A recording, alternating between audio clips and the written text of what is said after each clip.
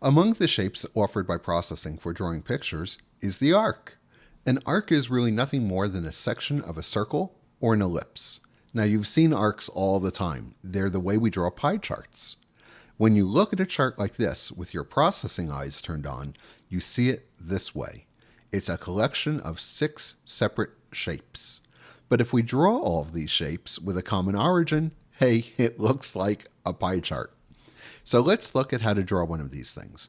I'm going to pull out the red section, just so we can see how it works all by itself, but we can also see the rest of the chart at the same time. When we give the arc command to processing, it normally does not fill in everything the way we're seeing it here. To processing, the arc is just the part of the circle or the ellipse that's on the outside. So if I were to give these 6 arc commands, we would get this. These are all just lines, and so they're controlled by stroke weight and stroke, which gives them a color. So here, each one's got a pretty thick stroke weight and a different color. I could give them all the same color. Let's make them all black. Now, once I've drawn each arc, if I want to, I can draw 2 additional lines, and I do those manually by calling line. Now, each one of these arcs is a piece of a circle. And because I'm creating the arc, I know where the center of the circle is. So I can draw 2 additional lines from the center of each circle to the endpoints of the arc. And that gives me all 3 sides to the wedge. Finally, when I call arc, if I give it a fill color, it will fill in everything from the center of the circle where the arc was defined to the stroke on the outside.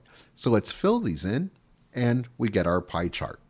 So let's see how to actually call the arc command. Well, the basic components are easy. Here's our picture of the 360-degree circle again. Remember, 0 degrees is at 3 o'clock, and the angles go up as we travel clockwise. So the arc is defined by 2 angles. Here I've defined them as angle 1 and angle 2.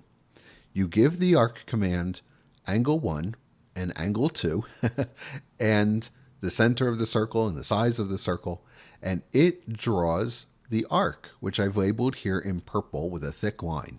It always draws it going clockwise, starting at the smaller angle.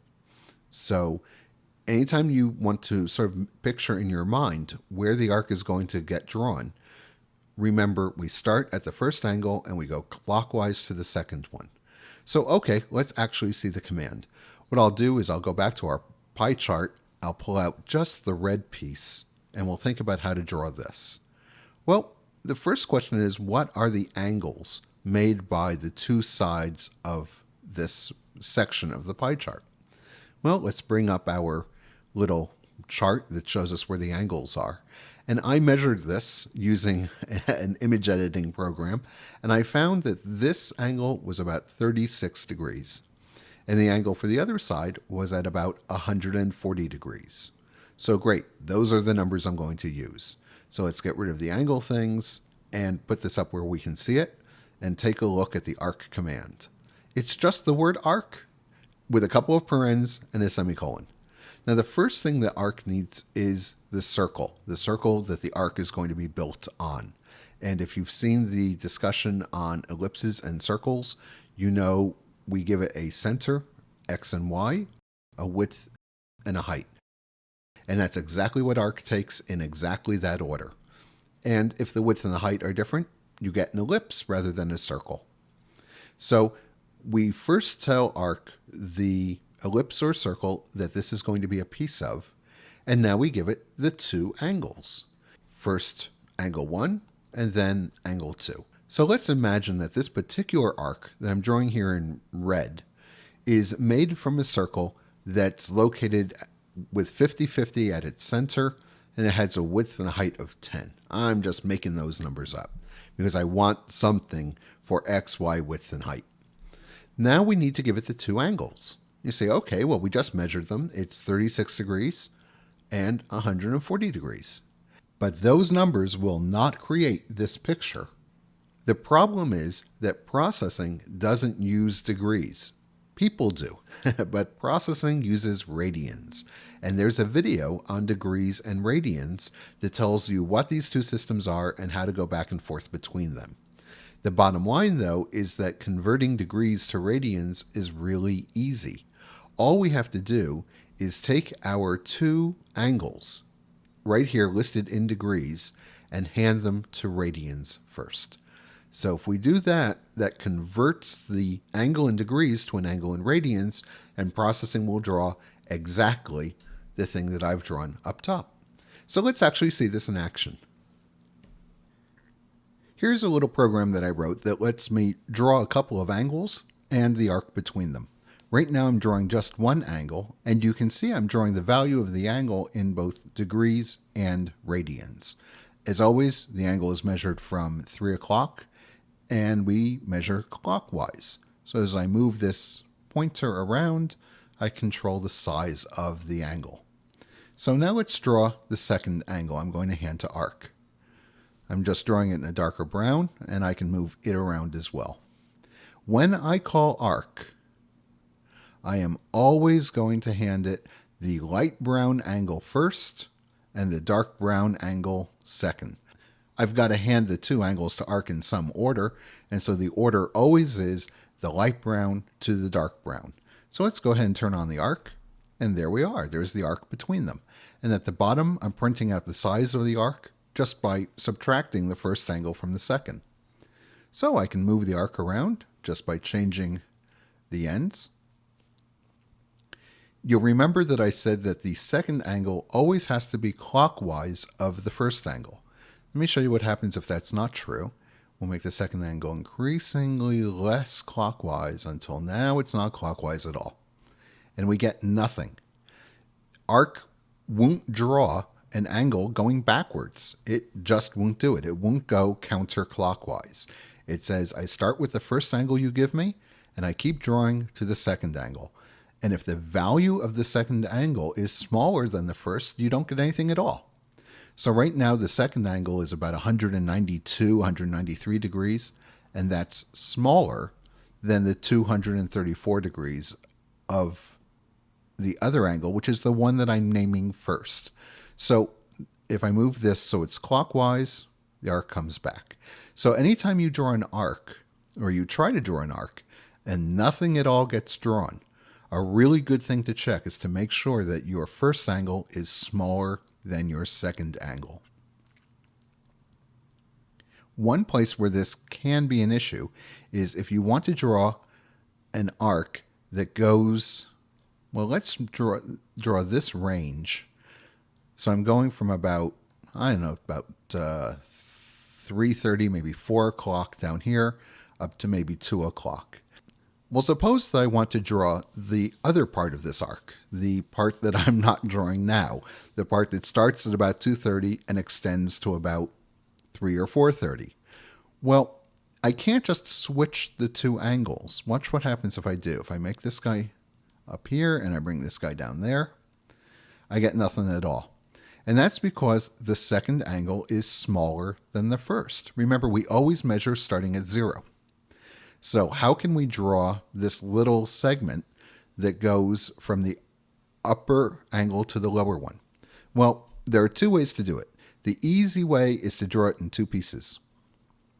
First, you draw the segment from the first angle down to 360 degrees, or 2 pi, and then you draw a second arc from 0 degrees, or 0 pi, to the ending.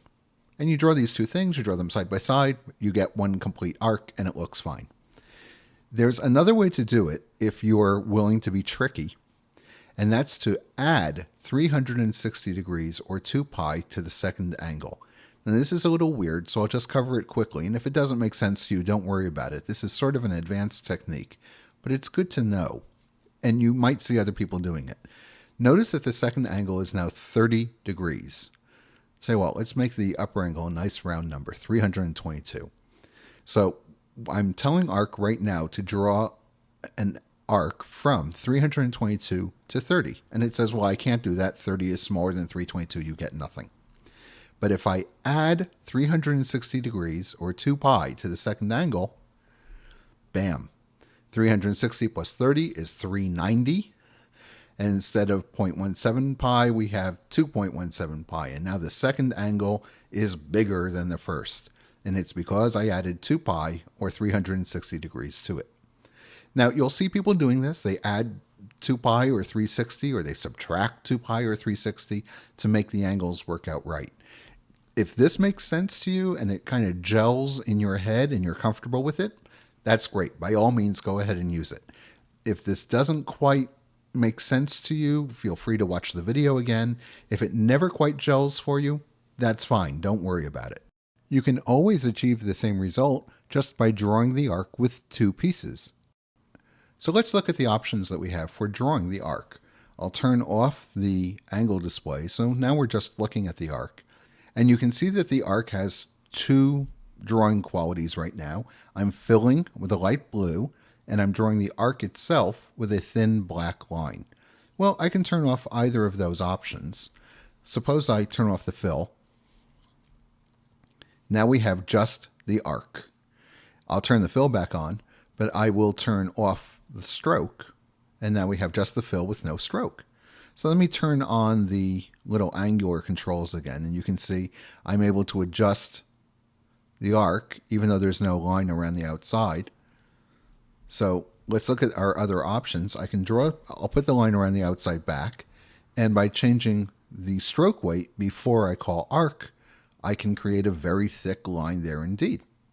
I can also manually call the line command and draw lines from the center of the circle out to the endpoints of the arc. And I can make those any weight I want just by calling stroke weight before I draw them. So tell you what, let's make a reasonably thick stroke all the way around the outside of the arc. That looks pretty nice to my eyes. We'll turn these guys back on. They obscure the inside, but that's so I could draw the angles. And you can see that as I manipulate the ends, I'm also controlling all of the drawing attributes of the arc. And one thing we didn't look at is what if I turn the fill off. So we'll turn off the fill, and now we just get a nice empty arc. So now you have total control over arcs. You can draw them anywhere you want. Go crazy and let arcs contribute to your graphics repertoire.